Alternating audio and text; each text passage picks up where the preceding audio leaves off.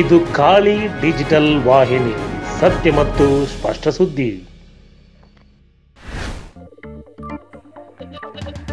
ಕೇಂದ್ರ ಲೋಕಸಭಾ ಚುನಾವಣೆ ಕಾಂಗ್ರೆಸ್ ಅಭ್ಯರ್ಥಿ ಅಂಜಲಿ ನಿಂಬಾಳ್ಕರ್ ಅಬ್ಬರದ ಪ್ರಚಾರ, ಕಾರ್ಯಕರ್ತರನ್ನು ಉದ್ದೇಶಿಸಿ ಭಾಷಣ.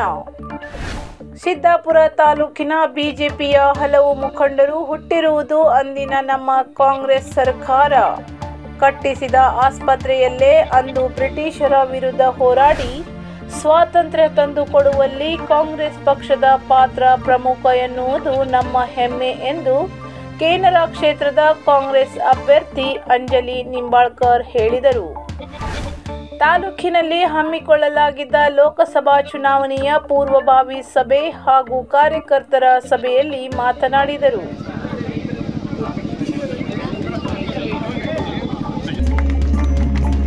ಸಿದ್ದಾಪುರ ಬ್ಲಾಕ್ ಕಾಂಗ್ರೆಸ್ ಸಮಿತಿ ಉತ್ತರ ಕನ್ನಡ ಲೋಕಸಭಾ ಚುನಾವಣಾ ಈ ಒಂದು ಪ್ರಚಾರ ಸಭೆಗೆ ನಮ್ಮ ನೆಚ್ಚಿನ ಉತ್ತರ ಕನ್ನಡ ಲೋಕಸಭಾ ಕ್ಷೇತ್ರದ ಅಭ್ಯರ್ಥಿ ಶ್ರೀಮತಿ ಡಾಕ್ಟರ್ ಅಂಜಲಿ ಹೇಮಂತ್ ನಿಂಬಾಳ್ಕರ್ ಅವರು. ಇದು ಪಕ್ಷ ಇಲ್ಲ, ಬ್ರಿಟಿಷ್ ವಿರುದ್ಧ ಹೋರಾಟ ಮಾಡಿಕೊಂಡು ನಮ್ಮ ಅಜ್ಜಾರು ಕೂಡ ಸ್ವಾತಂತ್ರ್ಯ ತರೋದು ಪಕ್ಷ ಅಂದರೆ ನಮ್ಮ ಕಾಂಗ್ರೆಸ್ ಪಕ್ಷ ಇದೆ. ಇವತ್ತು ಎಲ್ಲರೂ ಇತಿಹಾಸ ಮರಿಬಿಟ್ಟಿದ್ದಾರೆ. ಯುವಕರು ಅಂತ ಬರೀ ವಾಟ್ಸಪ್ ಫೇಸ್ಬುಕ್ ಇತಿಹಾಸನೇ ಗೊತ್ತು ಅವರಿಗೆ.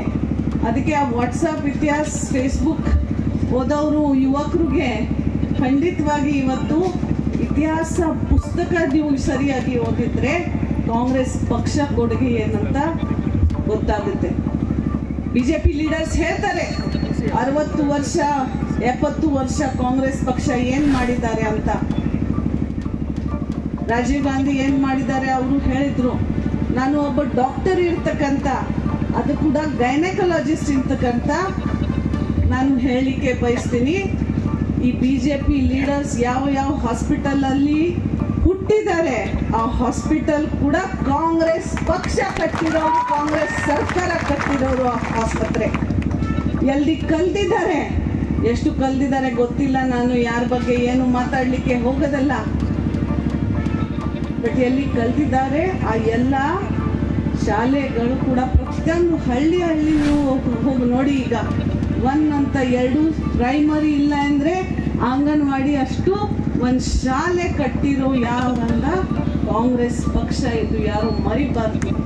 ಅಂತಹ ಪಕ್ಷಕ್ಕೆ, ಬಡವರು ಕಾಳಜಿ ಇರ್ತಕ್ಕಂಥ ಪಕ್ಷಕ್ಕೆ, ಯುವಕರು ಕಾಳಜಿ ಇರ್ತಕ್ಕಂಥ ಪಕ್ಷಕ್ಕೆ, ಮಹಿಳೆಯರ ಕಾಳಜಿ ಇರ್ತಕ್ಕಂಥ ಪಕ್ಷಕ್ಕೆ ನಾವು ಎಲ್ಲರೂ ಸೇರಬೇಕು, ಅವ್ರ ಜೊತೆ ಇರಬೇಕು ಇಲ್ವಾ ಅಂತ ಇವತ್ತು ನಿಮ್ಮ ಮುಂದೆ ಪ್ರಶ್ನೆ ಮಾಡಲಿಕ್ಕೆ ಪ್ರಯತ್ನ ಮಾಡ್ತಾ ಇದ್ದೀನಿ.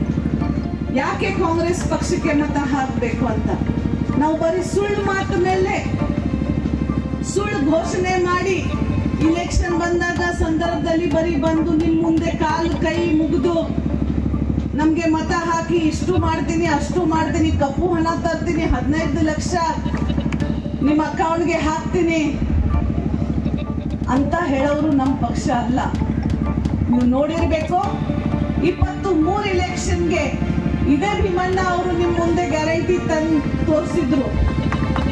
ಅಣ್ಣ ತೋರಿಸಿದ್ರು. ಈ ಗ್ಯಾರಂಟಿ ಕಾರ್ಡ್ ಇದೆ, ಸಿದ್ದರಾಮಯ್ಯ ಅವರು ಸೈನ್ ಮಾಡಿದ್ದಾರೆ, DK ಶಿವಕುಮಾರ್ ಅವರು ಸೈನ್ ಮಾಡಿದ್ದಾರೆ. ಎಲ್ಲರೂ ನಾವು ಆರಿಸಿದ ಮೇಲೆ ಈ ಗ್ಯಾರಂಟೀಸ್ ನಿಮಗೆ ಮುಗಿಸ್ತೀವಿ ಅಂತ ನಿಮಗೆ ಎಲ್ಲರಿಗೆ ಭರವಸೆ ಕೊಟ್ಟು ನೀವು ಎಲ್ಲರೂ ಆ ಭರವಸೆಗೆ ಮಾತಿಗೆ ಅನ್ನೊಂದು ಮಾತಿಗೆ ಒಪ್ಕೊಂಡು ಅವರಿಗೆ ತಂದಿದ್ದೀರ. ಎಷ್ಟು ತಿಂಗಳಾಯ್ತು ಸರ್ಕಾರ ಸ್ಥಾಪನೆ ಮಾಡಿ. 10 ವರ್ಷದ ಸುಳ್ಳು ನೋಡಿ 10 ತಿಂಗಳದು ಜನರು ಮುಟ್ಸೋದು ಕಾಂಗ್ರೆಸ್ ಗ್ಯಾರಂಟಿ ಕೂಡ ತಿಳ್ಕೋಬೇಕಾಗಿದೆ. ಹಳಿಯಾಳ್ ದಾಂಡೇಲಿ ಜೊಯ್ಡಾ ವಿಧಾನಸಭೆ ಕ್ಷೇತ್ರದ ಶಾಸಕ ಮಾಜಿ ಸಚಿವರಾದ RV ದೇಶಪಾಂಡೆ ಮಾತನಾಡಿ, ಚುನಾವಣೆ ಕ್ರಿಕೆಟ್ ಪಂದ್ಯಾಟದಂತೆ ನಡೆಯಬೇಕು. ಯಾವುದೇ ರಾಜಕೀಯ ಪಕ್ಷಗಳು ಶತ್ರುಗಳಲ್ಲ. ಅವರವರ ಪಕ್ಷಗಳ ಸಿದ್ಧಾಂತಕ್ಕೆ ಅವರವರು ಹೊಂದಿಕೊಂಡಿದ್ದಾರೆ. ಸಂವಿಧಾನ ಬದಲಾವಣೆ ಮಾಡುತ್ತೇವೆಂಬ ಬಿಜೆಪಿಗೆ ಚುನಾವಣೆ ನಿಲ್ಲುವ ನೈತಿಕತೆ ಇಲ್ಲ. ಮತ್ತೆ NDA ಅಧಿಕಾರಕ್ಕೆ ಬಂದರೆ ಪ್ರಜಾಪ್ರಭುತ್ವಕ್ಕೆ ಮಾರಕವಾಗಿ ಇದೇ ಕೊನೆಯ ಚುನಾವಣೆಯಾಗಬಹುದು ಎಂದರು. ವ್ಯಕ್ತಿಗತವಾಗಿ ನಾ ಯಾರ ಬಗ್ಗೆನೂ ಏನು ಮಾತಾಡಬಾರದು. ಆದರೆ ಪಕ್ಷದ ಕಾರ್ಯಕ್ರಮಗಳು, ಸಿದ್ಧಾಂತಗಳು, ನಾ ಮಾಡಿದ ಕೆಲಸಗಳು, ಇದರ ಪರಿಚಯ ಮಾಡಿಕೊಡ್ಬೇಕಾಗ್ತದೆ.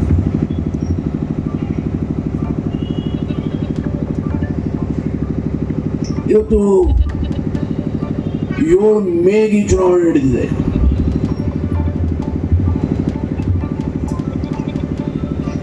ಏಪ್ರಿಲ್ಗೆ ಕಾರವಾರದಲ್ಲಿ ನಮ್ಮ ಅಭ್ಯರ್ಥಿಯು ಅಂಜಲಿಬಾಯಿ ನಿಂಬಾಳ್ಕರ್ ಅವರು ನಾಮಪತ್ರ ಸಲ್ಲಿಸ್ತಾ ಇದ್ದಾರೆ.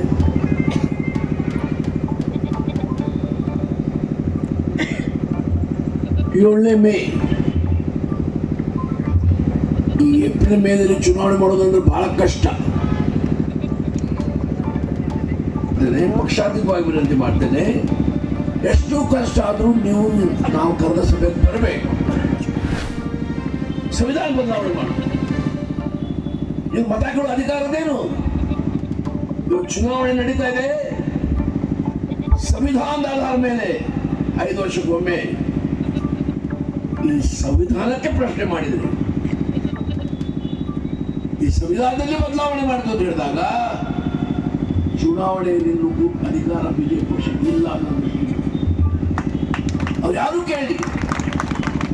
ಹೆಸರು ರಸ್ತೆ ಮೇಲೆ ಹೋಗೋ ಹುಡುಗ ಕೇಳಿಲ್ಲ, ಅಥವಾ ಸಾಮಾನ್ಯ ಕಾರ್ಯಕರ್ತ ಕೇಳಿಲ್ಲ.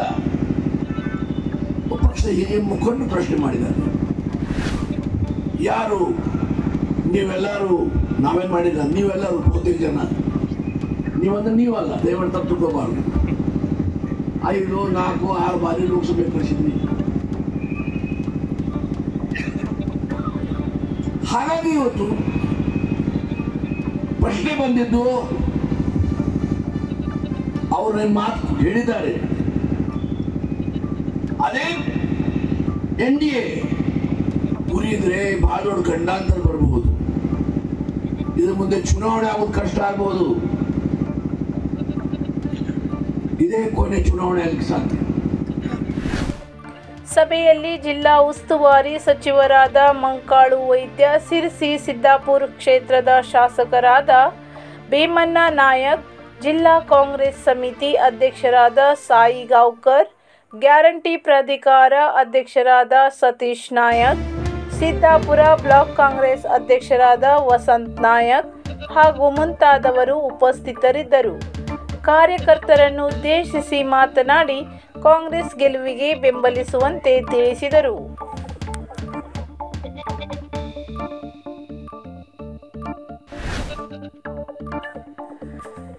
ಜಿಲ್ಲೆಯ ಸಮಗ್ರ ಅಭಿವೃದ್ಧಿ ನನ್ನ ಗುರಿ. ರಾಷ್ಟ್ರದ ಅಖಂಡತೆಗೆ ನರೇಂದ್ರ ಮೋದಿ ಕೈ ಬಲಪಡಿಸಲು ಬಿಜೆಪಿ ಗೆಲ್ಲಿಸಿ. ಹಳಿಯಾಳ ತಾಲೂಕಿನ ಶ್ರೀ ಗಣೇಶ ಕಲ್ಯಾಣ ಮಂಟಪದಲ್ಲಿ ನಡೆದ ಹಳಿಯಾಳ ಮಂಡಳದ ಬೂತ್ ಕಮಿಟಿ ಸದಸ್ಯರ ಹಾಗೂ ಕಾರ್ಯಕರ್ತರ ಸಮಾವೇಶದಲ್ಲಿ ಕೇನರ ಲೋಕಸಭಾ ಕ್ಷೇತ್ರದ ಬಿಜೆಪಿ ಅಭ್ಯರ್ಥಿ ವಿಶ್ವೇಶ್ವರ ಹೆಗಡೆ ಕಾಗೇರಿ ಮಾತನಾಡಿದರು. ಸಮಾವೇಶವನ್ನು ಉದ್ಘಾಟಿಸಿದ ಬಿಜೆಪಿ ರಾಜ್ಯ ಉಪಾಧ್ಯಕ್ಷರಾದ ರೂಪಾಲಿ ನಾಯಕ್ ಮಾತನಾಡಿ, ಬಿಜೆಪಿ ಹಾಗೂ ಛತ್ರಪತಿ ಶಿವಾಜಿ ಮಹಾರಾಜರವರ ಜಯಘೋಷದೊಂದಿಗೆ ಮಾತು ಆರಂಭಿಸಿ, ಉತ್ತರ ಕನ್ನಡ ಕ್ಷೇತ್ರದಲ್ಲಿ ಅಭಿವೃದ್ಧಿಯ ಚಿಂತಕ ಮತ್ತು ಸರಳ ವ್ಯಕ್ತಿತ್ವದ ಬಿಜೆಪಿಯ ಅಭ್ಯರ್ಥಿ ಕಾಗೇರಿ ಅವರ ಗೆಲುವು ನಿಶ್ಚಿತ ಎಂದರು.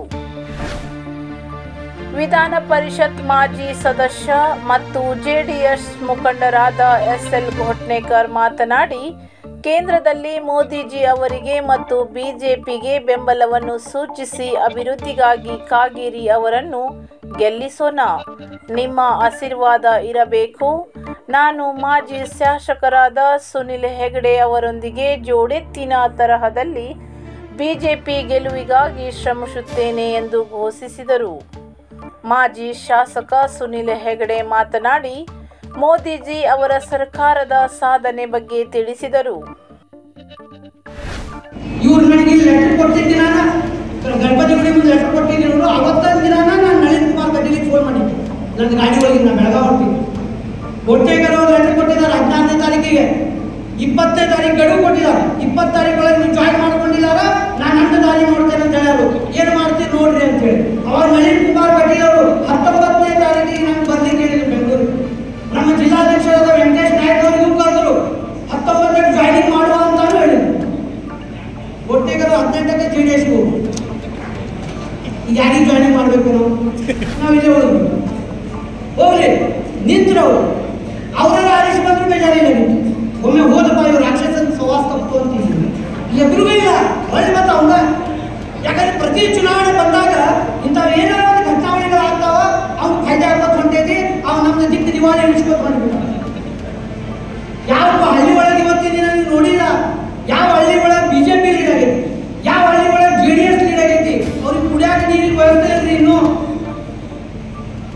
ಯಾವ ಹಳ್ಳಿ ಒಳಗೆ BJP ಲೀಡ್ ಆಗೈತಿ, ಯಾವ ಹಳ್ಳಿ ಒಳಗೆ JDS ಲೀಡ್ ಆಗೈತಿ. ಅವ್ರಿಗೆ ಗಂಗಾ ಕಲ್ಯಾಣ ಮಂಜೂರಿ ಇಲ್ಲ.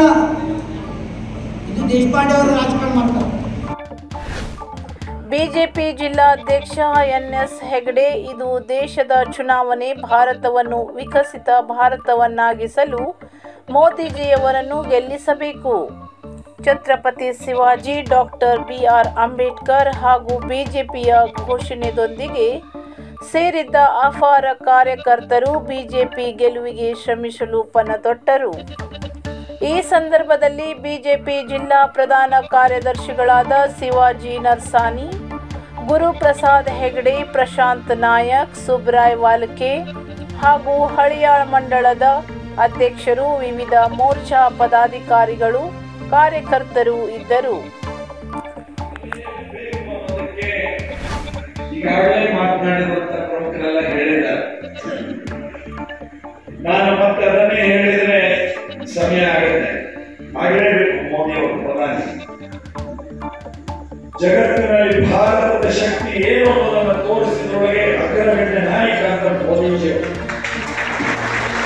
ನಾನು ಇವತ್ತು ಬೆಳಿಗ್ಗೆ ಹರಿಯಾಣದಲ್ಲಿ ನಾನು ಸಭೆಯಲ್ಲಿ ಮಾತನಾಡ್ತಾ ಇದ್ವಿ, ನಾವೆಲ್ಲರೂ ಇದ್ವಿ. ಬಹಳ ಸಂತೋಷದ ವಿಷಯ ಅಂದ್ರೆ ಹರಿಯಾಣದ ವೇದಿಕೆಯಲ್ಲಿ ಕೋಟ್ನೇಕರ್ ಅವರು ಮತ್ತು ಸುನೀಲ್ ಹೆಗಡೆ ಅವರ ಜೊತೆಯಲ್ಲಿ ರೂಪಾಲಿ ನಾಯಕರು, ನಾನು